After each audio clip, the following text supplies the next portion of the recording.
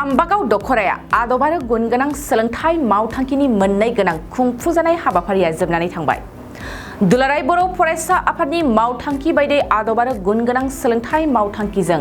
बोसोरफ्रोमबो लाबोबाय थानाय बादिनो देग्लायबो मोनफ्रोमबो दख'राया गोलोम बोथोरनि बेसेन नाङै फोरोंथाइ बादा आरो 13 बोसोरनि उन्दै बैसोनि जोलुर फोरोंथाइ बादा होबोबाय थादों। बेनिनो आम्बागाव दख'र एबसुआबो लाबोनाय बे हाबाफारिया जोबनानै थांबाय। लोगोसे मख'नो गोनांदि दख'र आफादजों खुंफुंजानाय 13 बोसोर बैसोनि सिंनि हौवासा गथ'फोरनि जोलुर फोरोंथाइ बादाखौ आम्बागाव गोजौ फरायसालिनि गेवलां गेलेग्रा फोथाराव फोजोबनाय जायो। बेसेन नाङै फोरोंथाइ बादा फोजोबनाय हाबाफारियाव एबसुनि लोगो सोलोंथाइ नेहाथारि रमिय कुमार बसुमतारी बिथाङा गाहाय आलासि महरै बाहागो लायो। दिनै आम्बागाव दख'रा दुलाराय बर' फरायसा आफादा जि गोलोम बोथोरनि फोरोंथाइ बादा बे हाबाफारिखौ दिनै फोजोबबाय। दा बिथांमोना बे हाबाफारियावनो आं दिनै फोजोबनाय जे हाबाफारि बेयाव आं आलासि महरै बाहागो लाना जोबोर गोजोननाय मोन्दों आरो बिनि थाखाय आं दख'र एबसुनि आफादगिरि नेहाथारिखौ लाफाना साफ्रोमबो बिबानगिरि बिथांमोनखौ आं साबायखर बावहरदों। बिथांमोना थांनाय 5 जुलाइआव बे हाबाफारिखौ जागायना दिनै सप्ता मोनब्रै जि खस्थ' नारा नाथाय जि गावनि केपासिटि हाबाफारिखौ लानानै खुंफुंबाय आरो गोबां फरायसाफोरा बाहागो लादों आरो बे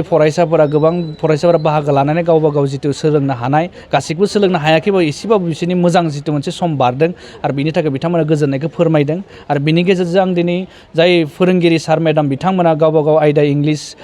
साइन्स मेथ्स बे आयदाफोराव जि फोरोंथाइ होबाय गावबा गावनि बेसेन गोसा समखौ दोनथ'नानैब्लाबो आरो बिथांमोननिफ्रायबो आं दुलाराय बर' फरायसा आफादनिफ्राय रोजा रोजा साबायखर बावहरदों आरो दिनै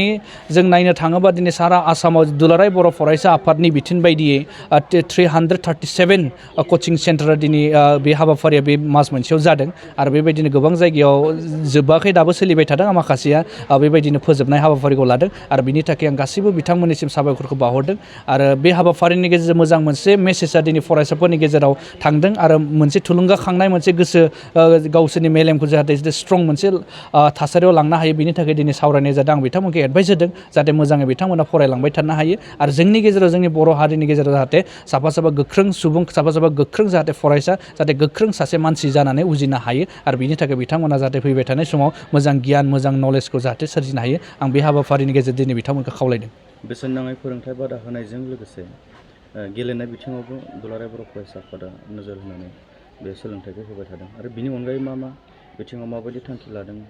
सोलोंथाइयाव दावगाथारनाय बा गुबुन बिथिङाव माबायदि दिनै दुलाराय बर' फरायसा आफादा बे कचिं क्लास होनायनि अनगायैबो गेलेनाय बिथिङावबो माखासे आन्डार 13 जि हाबाफारि बेखौ गुबुन जिल्लाफोरा लाबाय थादों आरो माखासे जिल्लाया जोबनानै थांबाय आरो बिनि गेजेराव गासैबो जिल्लाया जेब्ला बे हाबाफारिया जोबगोन बिनि उनाव मिरु लेभेलाव बियो मोनसे कम्पिटिसनाव फैगोन आन्डार 13 जि फुटबल खेला आरो बिनि गेजेरजों मोजां मोनसे पजिटिभ मोनसे मेसेजआ जोंनि हारिनि गेजेराव जोंनि माहारिनि गेजेराव गोसारदों। मानोना दिनै बे गोलोम बोथोराव सामार भेकेसन सोलिगासिनो दङ नाथाय बेबायदि जुदि आन्डार 13 जि मोनसे कचिं बा जुदि कम्पिटिसन टुर्नामेन्टखौ लायामोनब्ला बिसोर फरायसाफोरा बिसोर लाइमोन बिसोर उन्दै खुदिया गथ'फोरा गोबां जायगायाव गावबा गावनि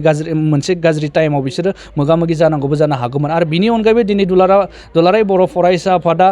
जि मोनसे समाज दानायनि हाबाफारि बेफोरखौथ' लाबाय थादों आरो हारियाव माखासे जिफोर इसु फैबाय थादों बिनि सायावबोथ' दिनै दुलाराय बर' फरायसा आफादा स्टेन्ड होनानै गावबा गावनि मोनसे स्ट्रेटेजिनि गेजेरजों खामानिखौ मावलांबाय थादों आरो दिनै सोलोंथाइ बिथिङाव दावगालांनो थाखाय गासैबो मोनसे थासारिखौ थिग खालामनो थाखाय फैबाय थानाय समाव आगस्ट दान बा सेप्तेम्बरनि गेजेराव माखासे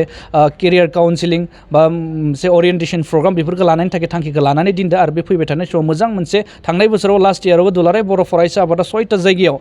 APSC UPSCनि सिभिल सार्भिसनि जे अरियेन्टेसन हाबाफारि बेखौ क'क्राझारनिफ्राय जागायनानै उदालगुरि बाक्सा चिरां गासैबो जायगायाव लाना गुवाहाटिसिम तेजपुरनिफ्राय जागायनानै 6टा जायगायाव थांनाय बोसोर लास्ट इयार हाबाफारिखौ जागायजेनदोंमोन आरो देग्लाय बे थांखिखौ लानानै जाहाथे मोजां मोनसे लेभेलाव आरो कनस्ट्राक्टिभ मोनसे लेभेलाव जाहाथे हाबाफारिखौ लानाय बे थांखिखौ लानाय दङ जाहाथे बिनि गेजेरजों जोंनि बर' लाइमोनफोरा जायफोरा एडमिनिस्ट्रेटिभ लाइन बा सिभिल सार्भिसाव इन्टारेस्ट दङ बिथांमोना जाहाथे बिनिफ्राय नलेज बा बिनिफ्राय मोनसे साहसखौ मोननो हायो बे हाबाफारिनि थाखाय थांखि लानाय जादों। नोंथाङा UPSC कचिंनि बाथ्राखौ बुंदों बिटिआर गभर्नमेन्टनि जि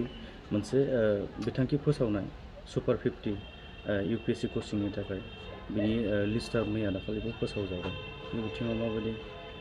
एबसुनिफ्राय मा बुंनो सानदों? बे बिथिङाव आं बारा बुंनांगौ आं सानाखै दा गभर्नमेन्टआ गभर्नमेन्टनि खामानिखौ मावबाय थादों आरो जिखिनि सुपार 50 लानानै जाय फरायसाफोरा जायगाखौ मोननो हाबाय आं बिथांमोननिसिम कंग्रेचुलेसन बावदों आरो फैबाय थानाय समाव गभर्नमेन्टनि जि मोनसे पलिसि बिनि गेजेरजों सोलोंथाइ बिथिं आरो जि मोनसे लेभेलनि खामानि मावदों बेयो मोजां मोनसे साक्सेस जागोन आं बेखौ खावलायनो सानदों आरो बे बिथिङाव आरो बांद्राय बुंनांगौ आं सानाखै जायफोरा सिटखौ मोन्दों बा बाहागो मोन्दों जायफोरा सेलेक्ट जादों बिथांमोननि थाखाय जोबोर मोजां बाथ्रा आरो फैबाय थानाय समाव जाय फरायसाफोरा बेफोरबायदि सुपार 50नि आनजाद होगोन बा सुपार 50आव थांनायनि जि मोनसे सिमां नुदों जाहाथे गावखौ मोजां लेभेलाव जाहाथे डेभेलप खालामनानै बे हाबाफारियाव जाहाथे बाहागो लायो आं बेखौसो खावलायगोन गोजोन्थों।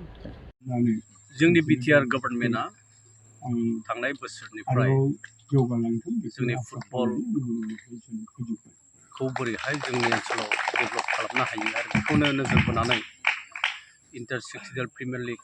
थांनाय बोसोर बे टुर्नामेन्टखौ फाथिनाय जादों आरो बेजों लोगोसे सन्तोष ट्रफिबो फाथिनाय जादों आरो देग्लाय जोंनि एसियानिनो वान अफ द oldest football tournament 132nd Durand काप आरो बेखौ जोंनि बिटिआरआवनो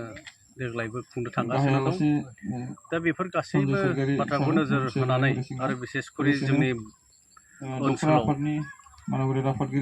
जोंहा जथेस्थ' स्किल गोनां बेबायदि फुटबल प्लेयार्सफोर दं आरो बे फुटबल प्लेयार्सफोरखौनो गामि ओनसोलनिफ्राय नागिरनानै दिनै जेरै ट्रेनिं केम्प होनानै बे ट्रेनिं केम्पनिफ्राय सायख'नानै जोङो डिस्ट्रिक्ट लेभेल स्टेट लेभेल आरो नेसनेल लेभेलाव बिथांमोनखौ जों बोरैहाय लांनो हायो आरो बेबायदिनो हाबाफारि जोंनि दुलाराय फरायसा आफाद बिथांमोना मावनाया इनायनो गनायथाव आरो साबायखर होथावना हाबाफारि दा बै जाय आन्डार 13नि जोंनि फुटबल प्लेयार्सफोर उन्दै समनिफ्रायनो जुदि बिथांमोना बेबायदि ट्रेनिंखौ जुदि मोनबाय थालाङोब्ला बिथांमोना जथेस्थ' भबिष्यतआव साफा मोजां फुटबल प्लेयार जानो हागोन आरो बे फुटबल प्लेयार जानायनि आन्दोआवनो बिथांमोना गावबा गावनि जिउ आरो बे जिउखौ दालांनो हानायनि मोनसे राहा लामाबो मोनलांनो हागोन आरो बेखौनो जोङो नुनो मोनो जोंनि बर'फोरनि गेजेराव दिनै हलिचरन नार्जारि दुर्गा बर' आरो बयनिख्रुइ बाख्नायजाथावना आरो बेनो जाहैबाय मा अल इन्डिया फुटबलनि वुमेन टीमनि जि केप्टेन आरो बे केप्टेनानो जोंनि बर'निफ्राय सेलेक्ट जादों आरो बिथांनि मुङानो अपर्ना नार्जारि आरो बिथां बायदिनो जोंनि बे गामि ओनसोलनिफ्राय जाहाथे मोजां प्लेयारफोरा जोनोम जायो उथिखाङो आरो बेनिखायनो जोंनि ओनसोलाव थानाय जि उन्दै गथ'फोर उन्दै समनिफ्रायनो फुटबल ग्राउन्डखौनो जाहाथे बिथांमोना मोजां मोनसे जायगा हिसाबै बिथांमोना सायख'नानै लायो फुं मोना बिथांमोना फुटबल ग्राउन्डआवनो फैनानै फिजिकेलि फिटनेसखौबो बिथांमोना खालामलांनो हायो आरो बेबायदिनो गावबा गावनि जि टेलेन्ट आरो स्किल बेखौ डेमनस्ट्रेट खालामनानै लानो हायो आरो बेजों लोगोसे दिनै फुटबल गेलेनायजों लोगोसे बिथांमोना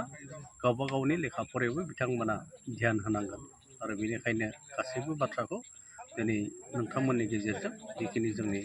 लाइमोनफोरनि थाखाय मेसेज होनाय जाबाय गोजोन्थों। 2023-24 सोलोंथाइ बोसोरनि थाखाय गोदान मुं थिसननाय लानानै फैदों डन बस्क' डिग्री कलेज साफागुरिया। देग्लायनिफ्राय डन बस्क' डिग्री कलेज साफागुरियाव बेचलर अफ आर्ट्स एबा BA-नि सेथि सेमिस्टारनि गोदानै मुं थिसननाया दायो सोलिगासिनो दं। चिरां जिल्लानि साफागुरियाव थानाय डन बस्क' डिग्री कलेजआ देग्लायनिफ्राय BA थाखोनि सेथि सेमिस्टारनि थाखाय गोदानै एडमिसन लानायजों लोगोसे बड', इक'नमिक्स, इंलिश, एडुकेशन, हिस्टरी आरो पलिटिकल साइन्स आयदानि थाखाय BA अनार्सनिबो खाबु दं।